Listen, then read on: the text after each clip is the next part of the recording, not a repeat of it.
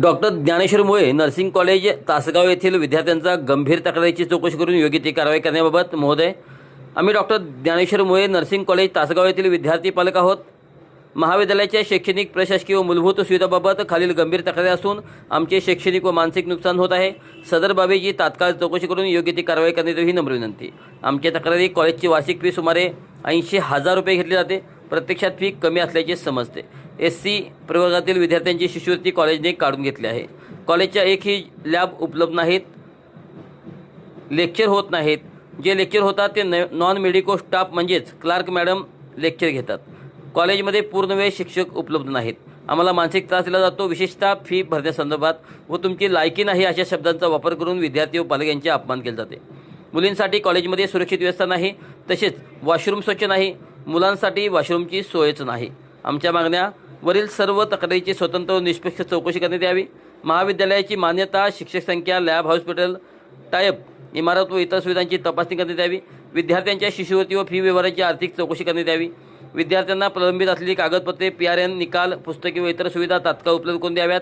दोषी आढळणाऱ्या व्यक्ती व संस्थेविरुद्ध नियमानुसार कठोर कारवाई करण्यात यावी. विद्यार्थ्यांची शैक्षणिक नुकसान होणार नाही याची विशेष काळजी घेण्यात यावी. आपण या गंभीर प्रकरणाची तातडीने दखल घेऊन चौकशी समिती नेमून योग्य असा न्याय द्यावा ही नम्र विनंती.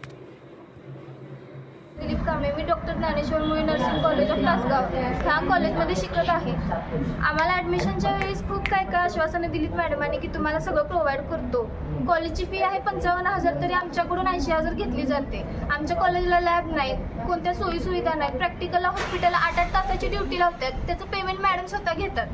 परत लॅब नाही, प्रॅक्टिकल कॉलेजमध्ये करायला पाहिजे ते आम्हाला हॉस्पिटलला पाठवतात. लेक्चर होत नाहीत. कॉलेज चालू व्हायच्या आधी आम्हाला प्रॅक्टिकलला पाठवलं आहे. आमची अजून लॅब लाईटिंग घेतली नाही, शपथविधी घेतली नाही नर्सिंगची आणि आम्हाला हॉस्पिटलला पाठवलं आहे. पालकांना घेऊन गेलो आम्ही. पहिलाच आमचे सगळे प्रॉब्लेम सांगायला गेलो तर तिथं कोण प्रिन्सिपल नाही. पालकांना घेऊन गेलो तर डायरेक्ट पालकांची लायकी काढतात.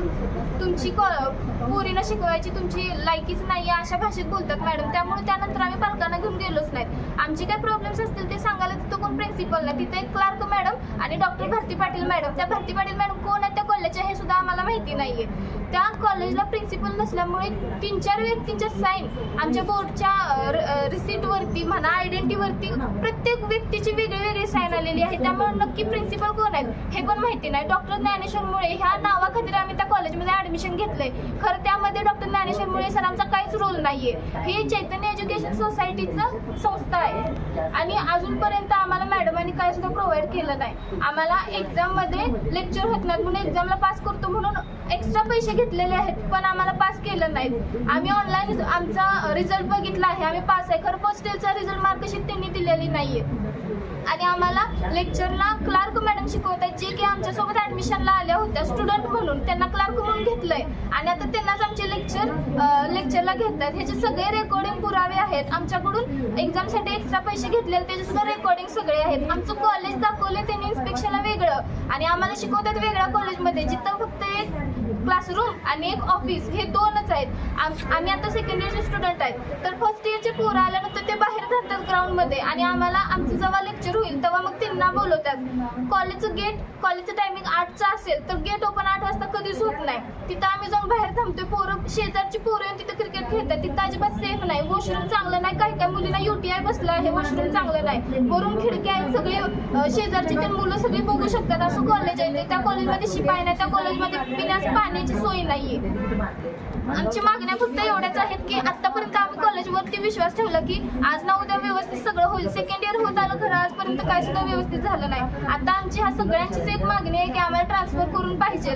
कॉलेजच नको आहे आम्हाला. ते आम्ही स्टुडंट सुद्धा आणि आमचे पॅरेंट्स सुद्धा त्या कॉलेजवरती आता भारती मॅडमवरती विश्वास ठेवू शकत नाही. आम्हाला ट्रान्सफर लेटर पाहिजे. आम्ही दुसऱ्या कॉलेजला ट्रान्सफर करणार आहे 3rd इयरला.